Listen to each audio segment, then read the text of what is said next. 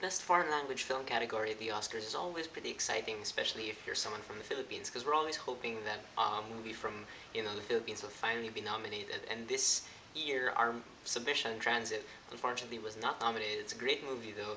No hard feelings, because when you look at the roster of this year's movies, it's pretty good competition.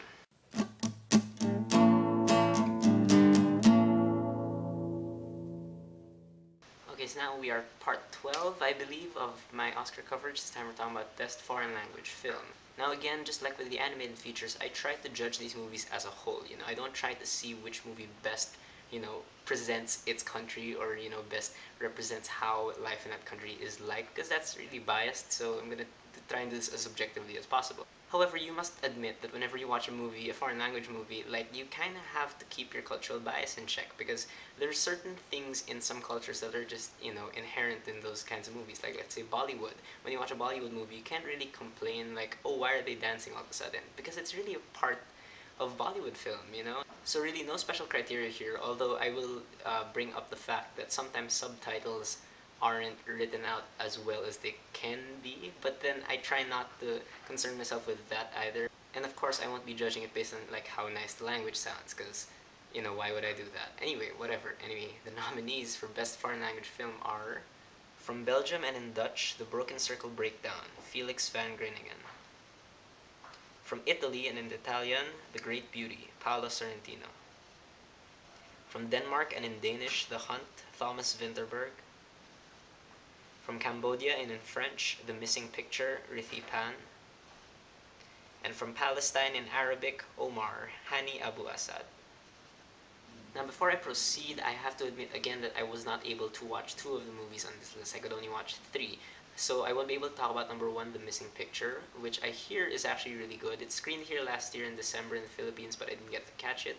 It's supposedly like a documentary thing told through little figurines and drawings and stuff, and that really sounded interesting, but I can't talk about it. I also was not able to watch Omar from Palestine, and it's always interesting to me to see movies from the Middle East because, the Middle East is has this reputation for being a bit silenced when it comes to film, and it's always nice to see their point of view. I always find it pretty refreshing. So I heard it was like some sort of political thriller. I'm not sure, but I want to see it too, but I can't talk about it. But anyway, from the 3 we have, again, it's a nice list. I think they're all really good. However, again, I have very clear-cut winners in mind. This order came in like, no problem at all. So 3rd place is The Broken Circle Breakdown. Now this is admittedly a very unique film. I will give it that. It has lots of different themes in it, and it's told through a very interesting way. But objectively speaking, this movie is really good because, number 1, it has really, really strong performances behind it. The 2 lead actors, I can't remember their names and I probably pronounced them wrong. They are very, very good, and they really have this natural chemistry with each other. It makes you believe that, either they're fighting or they're in love. And I believe the woman in the film, the lead actress, is a singer. And, this movie has a lot of music in it, and their musical performances are really, really great.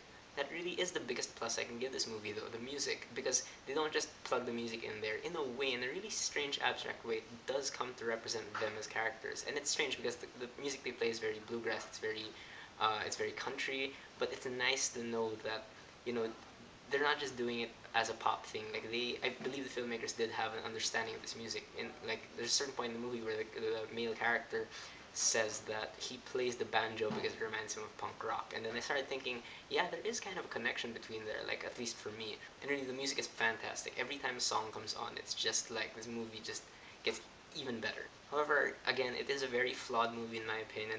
For one, I don't really understand why there has to be a fragmented narrative, because for me, when you do unconventional things like that, there has to be a reason, and I didn't really see a reason here. Also, because this movie has so many ideas, it kind of struggles to juggle all of that. There's this whole religion versus science debate thing going on, and when it happens, sometimes it's interesting, especially when the lead actor has this long speech, but other times it's just like, why is that in there? And I heard this based on a play, and I guess they couldn't really cram everything into this movie, so I don't know.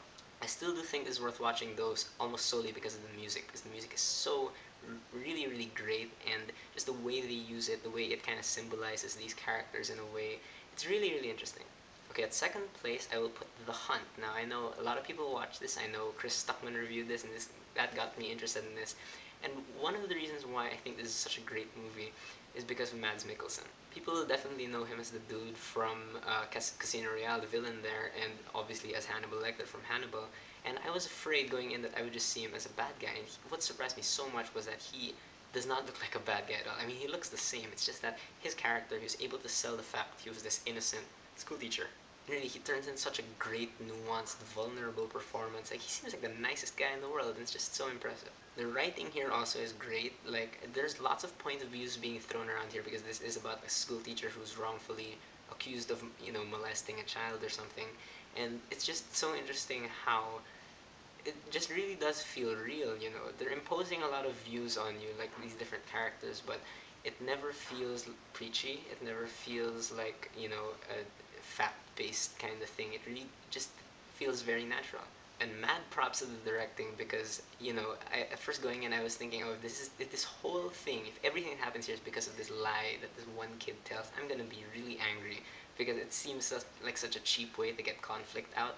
But this movie really shows you that's not the problem. The problem is that people believe this stuff too easily. The problem is that when people get into mass hysteria, they don't want to leave it. They become too paranoid, and they just rather persecute and ostracize this person rather than find out the truth because it's easier to ostracize someone. And I liked how they illustrated that. I wasn't mad at the kid anymore at a certain point, and I really did get that this is like a tragic situation. I really don't have any problems with this movie. Maybe like it does get a while to get started. The pacing is pretty off in some parts, and I really wish they didn't fast forward to the ending because that's what they kind of do. But other than that, this is a great, great movie. And at first place is a movie that I watched last year, fortunately. It's called The Great Beauty, and this won, surprisingly for me, lots of Best Foreign Language Film awards, so, I'm happy for them. The thing that really struck me about The Great Beauty was definitely its writing. This is a story about this old guy, like think of The Great Gatsby, but, in a realistic way, and he's like king of the nightlife in Italy, in Rome, but at his core, he's very hollow. He's looking for inspiration to write another book, but like the entire movie just spends kind of walking around. He's friends with everybody, but everyone is so pretentious, and they all like this stupid, meaningless, feeling, high art stuff. And the writing is so smart and so fun because because of the fact these are all high class people. I see that the writers had fun using this kind of language, but at the same time they really expose the hollowness in the core of it, and that's really impressive to me. And the character of Jep Gambardella, who's the lead here, he's just so likable. But you can really empathize with his feelings of resentment towards his peers. And when this movie is titled The Great Beauty, they're not kidding. The look of this movie is incredible. The production design, again, it's like The Great Gatsby, but realistic. It's not excessive. It really looks fantastic, and just the cinematography, the way the camera kind of sweeps around, the way it focuses on certain things, is so apt for the story they're trying to tell. Again, this movie does, like The Hunt, this movie does kind of feel a bit long. It is the longest among all of these, like 2 hours 20.